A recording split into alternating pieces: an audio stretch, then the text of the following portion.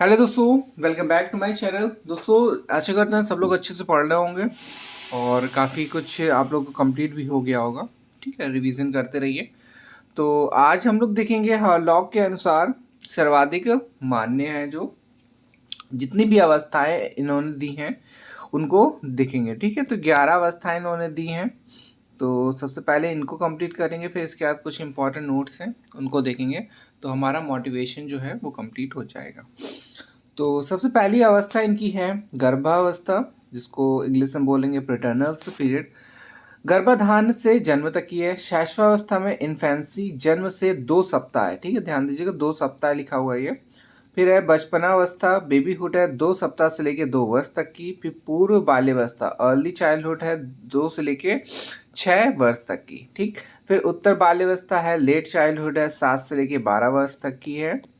और फिर वयस्क संधि है, पुबर्टी जब हो जाएगी तो इसकी क्या हो जाएगा, 11 से लेके 13 वर्ष तक की है। फिर पूर्व किशोरावस्था है, अर्ली एडोलसेंस है, 13 से लेके 16 वर्ष तक की है। फिर उत्तर किशोरावस्था है, लेट एडल्सेंस है, 17 से लेके 21 वर्ष तक की। फिर प्रौढ़ावस्था है, एडल्टहुड है, कब से कब तक की है, 21 से लेके 40 वर्ष तक की है। फिर है मध्यावस्था, मिडिल एज जो आ जाएगी वो है 41 से लेके 60 वर्ष। और फिर वृद्धावस्था है 60 के अब। ठीक है, तो पेंशन मिलती है कब मिलती है, 60 साल के जब हो जाते हैं तो क्या होता है, पेंशन मिलती है। तो इसी से याद रखेंगे वृद्धावस्था कब से होगी, हो जाएगी 60 वर्ष से अधिक। ठीक है, तो ये एक नॉर्मल से हैं। इनको आप एक बार सिर्फ रिवाइज कर लीजिए। बाकी जो इम्पोर्टेंट है वो प्याजी वाला है, रॉस वाला है, ये काफ़ी इंपॉर्टेंट है और इनके क्वेश्चंस पूछे जाते हैं। ठीक है, फिर इसके बाद कुछ इंपॉर्टेंट पॉइंट्स हैं उनको देख लेते हैं जो एग्जाम में पूछे गए हैं।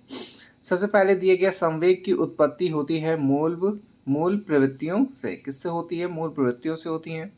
फिर है चेस एंड कार्ड को वर्गीकृत किया जा सकता है किससे, बौद्धिक खेल से। फिर है मैस्लो के अभिप्रेरणा को कहा जाता है आवश्यकता का सिद्धांत। किसके अभिप्रेरणा को कहा जाता है, मैस्लो से। फिर है व्यक्तित्व गुणों का समन्वित रूप है। किसने बोला है, गिलफोर्ड ने बोला है ये। फिर है अल्फोर्ड ने व्यक्तित्व को व्यक्ति के अंदर की मनोशारीरिक गुणों का गत्यात्मक संगठन माना है। ठीक है, किसने माना है, अल्फोर्ड ने माना है, याद रखिएगा। फिर है व्यक्तित्व के सिद्धांत में मांग सिद्धांत, व्यक्तित्व के सिद्धांत में मांग सिद्धांत अब्राहम मैस्लो का है। शारीरिक रचना सिद्धांत जो है वो सैडल्स का है। और सील गुण सिद्धांत किसका है, अल्फोर्ड एवं कैटल का है। ठीक है, तो इसको पहले एक तो लाइन वाइज लिख लीजिएगा कि क्या लिखा है। व्यक्तित्व के सिद्धांत में मांग का जो सिद्धांत है वो किसका है, अब्राहम मैस्लो का है। शारीरिक रचना का सिद्धांत हो जाएगा सैडल का। और सील गुण सिद्धांत किसका है, अल्फोर्ड एवं कैटल का है। फिर इसके बाद है क्वेश्चन पॉइंट है, शिक्षा के में क्रियात्मक अनुसंधान शैक्षिक समस्याओं के लिए अपनाया जाता है। कोलियर और रॉबिन्सन्स ने क्रियात्मक अनुसंधान को शिक्षा के क्षेत्र में बढ़ावा दिया है। इसमें शैक्षिक समस्या को वैज्ञानिक ढंग से अध्ययन से किया जाता है तथा इसमें प्राचार्य, प्रबंधक, निरीक्षक, अध्यापक एवं अन्य कर्मचारियों को अपने कर्तव्यों एवं उत्तरदायियों के प्रति जागरूक रहना पड़ता है। ठीक है, तो शिक्षा क्रियात्मक अनुसंधान शैक्षिक समस्याओं में ये सब की बातें करी जाती हैं। फिर इसके बाद है पॉइंट, व्यक्तिगत विभिन्नता।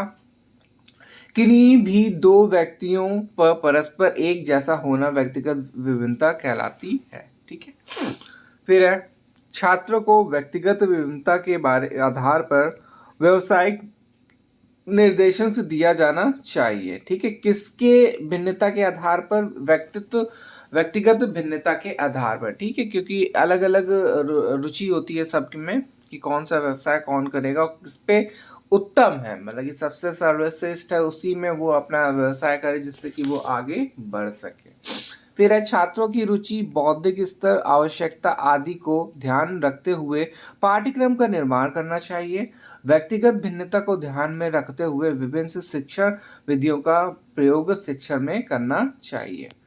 फिर इसके बाद है व्यक्तिगत भिन्नता को विभिन्नता को ध्यान में रखते हुए शिक्षा का आयोजन करके बालक बालिकाओं के व्यक्तित्व का सर्वांगीण विकास किया जा सकता है। ठीक है, किसकी भिन्नता को? तो व्यक्तित्व भिन्नता को ध्यान में रखते हुए। फिर है शिक्षण को रुचिकर से बनाने में उपयोगी हो सकता है। ये किसने बोला? हार्वर्ड उपागम का है ये। फिर इसके बाद दिया गया है, देखिए अब यहाँ से ये अपने कंसेप्ट क्लियर करने वाले हैं। सबसे पहले है उपनिषद दर्शन शास्त्र में, तो विलियम वुंट ने बोला है मनोवैज्ञानिक, जिसका आधुनिक है विलियम जेम्स। ठीक है, और फिर इसके बाद आ जाता है शिक्षा मनोविज्ञान, किसने बोला? रूसो ने बोला है। अब आधुनिक वाले में हो जाएगा थॉर्नडाइक। तो देखिए शिक्षा मनोविज्ञान को दो पार्ट में डिवाइड कर दिया गया, शिक्षा प्लस मनोविज्ञान।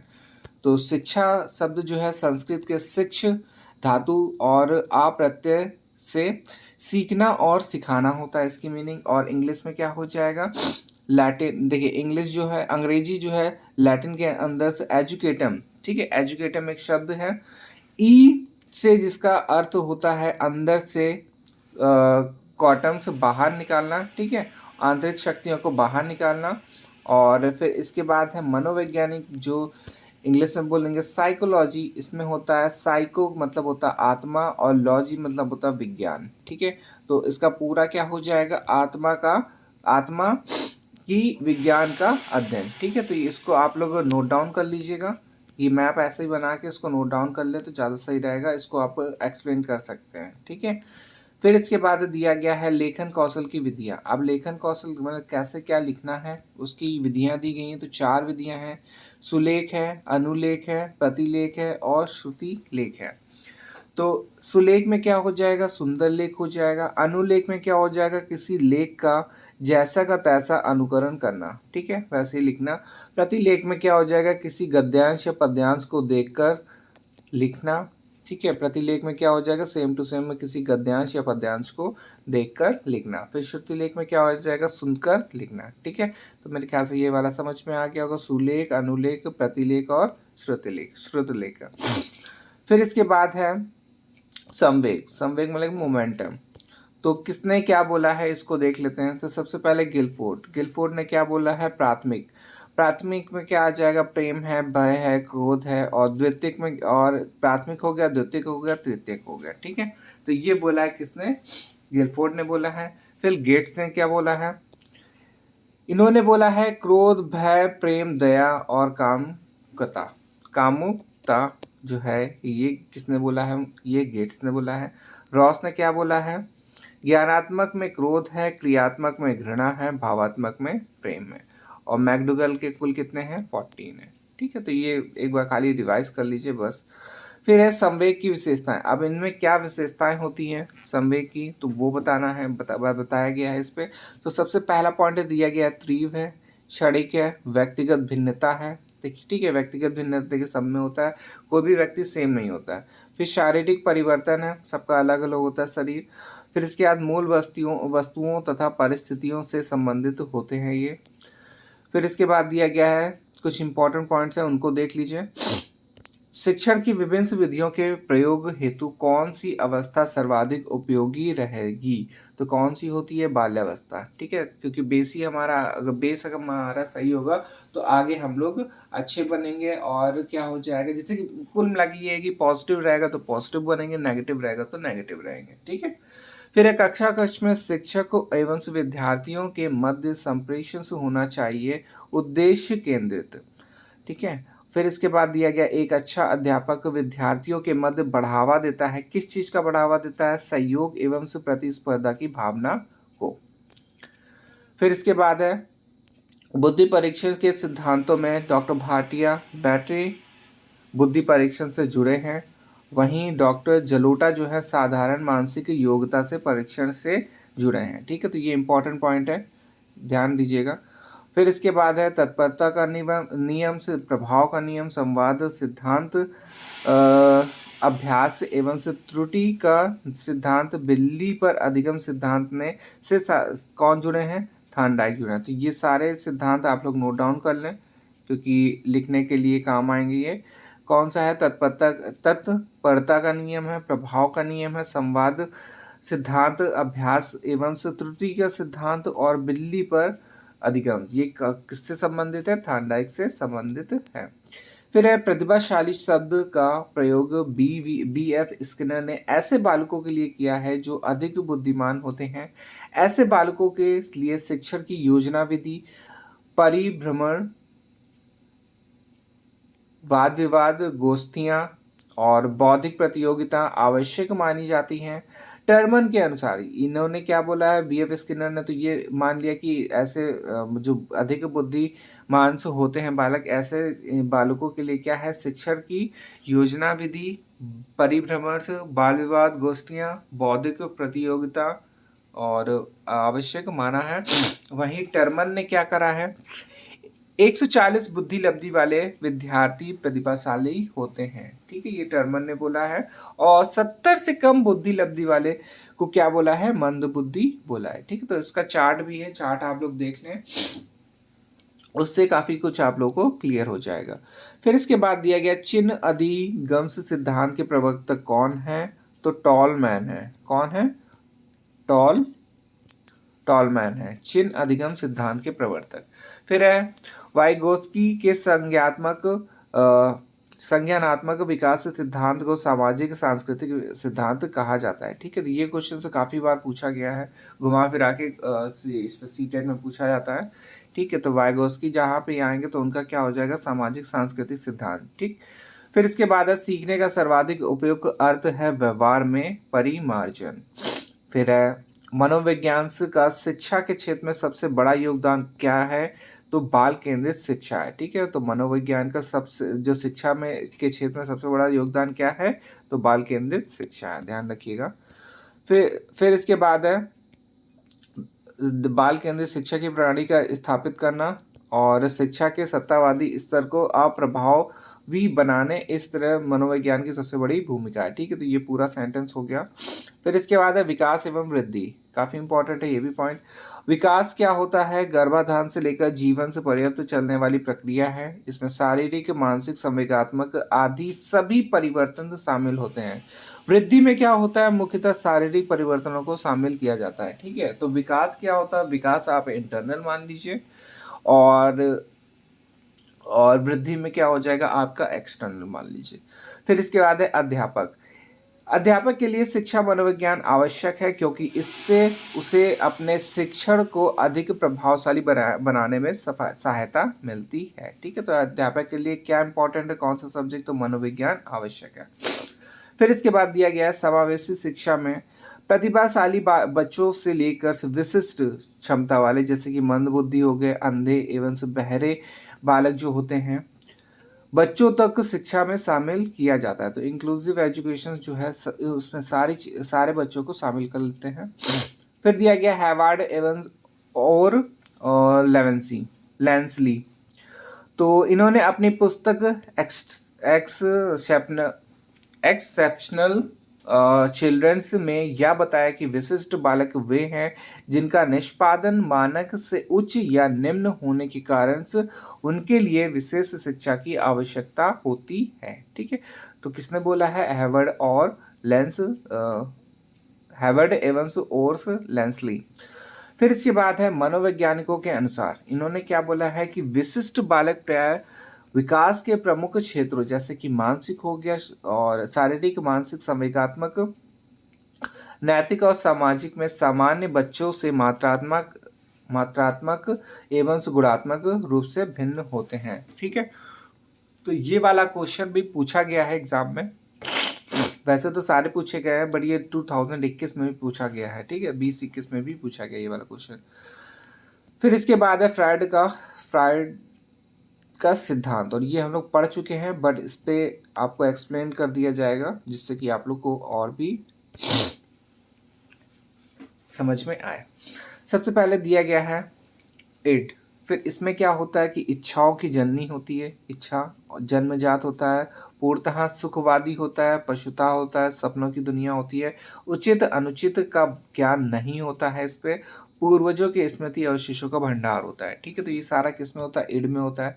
फिर ईगो में क्या होता है, वास्तविक होता है, इड और सुपर ईगो के बीच का समन्वय होता है, इच्छाओं एवं वास्तविकताओं के बीच का नियंत्रण होता है ये, ठीक है। फिर इसके बाद है सुपर ईगो। सुपर ईगो में क्या होता है, सबसे अंत में विकसित होने वाला नैतिक पक्ष, आदर्शवादिता, नैतिकता, पछतावा, संस्कार आदि किस पे आता है, सुपर ईगो में आता है, ठीक है।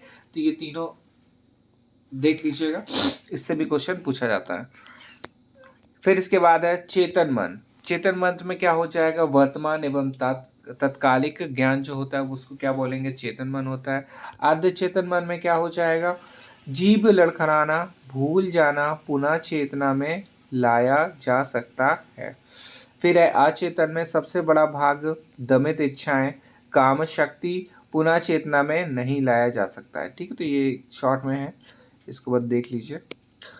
फिर इसके बाद है और इम्पॉर्टेंट पॉइंट है हमारा, इसी के साथ हम लोग वीडियो ख़त्म करेंगे। तो इस पे क्या दिया गया है, प्रारंभ में मनोवैज्ञानिक दर्शन शास्त्र का अंग माना जाता था, लेकिन आज इसे व्यवहार का विज्ञान माना जाता है, ठीक है। तो अगर पूछा जाए कि प्रारंभ में मनोविज्ञान को कौन सा शास्त्र माना जाता था, दर्शन शास्त्र का एक अंग माना जाता था, ठीक है। बट अब क्या हो गया, व्यवहार का विज्ञान हो गया है। प्राचीन या ग्रीक युग में प्लूटो तथा अरस्तु ने मनोविज्ञान का विषय आत्मा माना है। मध्य युग में मनोविज्ञान का विषय मन हो गया है, ठीक है। तो सबसे पहले क्या करेंगे, आत्मा हो जाएगा, फिर आत्मा के बाद क्या हो जाएगा, मन हो गया है। फिर इसके बाद आधुनिक युग में विलियम्स जेम्स एवं वुड ने इसे चेतना का विज्ञान, तो चेतना हो जाएगा, ठीक है। तो इसको लाइन से लिख लें वरना कन्फ्यूजन बहुत ज़्यादा होगी इसमें। और देखिए ये किसने क्या माना है ये भी जरूर लिख लीजिएगा। आधुनिक युग में क्या हो जाएगा, विलियम जेम्स एवंस वुड ने इसे चेतना का विज्ञान माना है। और समकालीन मनोवैज्ञानिक जो हैं जैसे कि स्किनर हो गए, पावलो हो गए, वुडवर्थ हो गए और वॉटसन हो गया, इससे क्या मानते हैं, व्यवहार का विज्ञान मानते हैं, ठीक है। तो देखिए ये सबसे पहले तो आप लोग लाइन से लिख लीजिए कि प्राचीन व ग्रीक युग में प्लूटो तथा अरस्तु ने मनोविज्ञान को क्या माना है, तो मनोविज्ञान को आत्मा का विज्ञान माना है, ठीक है। तो यहाँ पे सबसे पहला पॉइंट ये हो जाएगा। फिर मध्य युग में प्राचीन से ये हो गया, और फिर इसके बाद मध्य युग में मनोविज्ञान का विषय क्या माना गया है, मन को माना गया है। फिर इसके बाद आधुनिक युग में विलियम्स जेम्स एवंस वुड ने इसे चेतना का विज्ञान माना है। फिर समकालिक मनोवैज्ञानिक स्किनर, पावलोव, वुडवर्थ और वॉटसन ने इसे क्या माना है, व्यवहार का विज्ञान माना है, ठीक है। तो ये जब तक लिखेंगे नहीं तब तक आप लोग को याद नहीं होगा, ये कन्फर्म है, क्योंकि हमेशा कन्फ्यूजन आती रहेगी इस पर। और फिर इसके बाद है अमेरिकी मनोवैज्ञानिक एडवर्ड एल थॉर्नडाइक को प्रथम से शैक्षिक मनोवैज्ञानिक या शिक्षा मनोवैज्ञानिक का पिता माना जाता है, ठीक है। तो ये इंपॉर्टेंट है, ये याद रखिएगा, एडवर्ड एल थॉर्नडाइक। और ये कहाँ के हैं, तो अमेरिका के हैं ये, ठीक है। प्रथम शैक्षिक मनोवैज्ञानिक का या शिक्षा का मनोविज्ञान का पिता माना जाता है, ठीक है। तो ये हमारे कुछ इंपॉर्टेंट से नोट्स हो गए मोटिवेशन इसके। तो आप लोग इसको एक बार फिर से देख लीजिए, या इम्पोर्टेंट नोट्स आप लोग देखिए। ये तो चलिए ठीक है, वीडियो देख लिया, बट आप लोग जब तक बुक से देखेंगे नहीं ना तब तक आपको कुछ और भी क्लियर नहीं होगी। ये तो एक शॉर्ट नोट्स है, क्योंकि आप लोग को लिखना पड़ेगा फर्स्ट सेमेस्टर वाले। तो सीडीपी के लिए तो अच्छे नोट्स हैं, बट फर्स्ट सेमेस्टर के लिए आपको थोड़ा सा बुक भी देखनी पड़ेगी जिससे कि आपको और वर्ड्स मिल सके। वैसे तो है तो ये पूरा क्लियर, इससे समझ में आ गया होगा, बट लिखने के लिए आपको थोड़ा सा और देखना पड़ेगा, ठीक है। तो चलिए इस वीडियो को हम लोग यहीं पे ख़त्म करते हैं, और आगे हम लोग और इम्पोर्टेंट जो भी आप लोग के लिए इम्पोर्टेंट है वो सब आता रहेगा, ठीक है। चलिए मिलते हैं नेक्स्ट वीडियो में, धन्यवाद।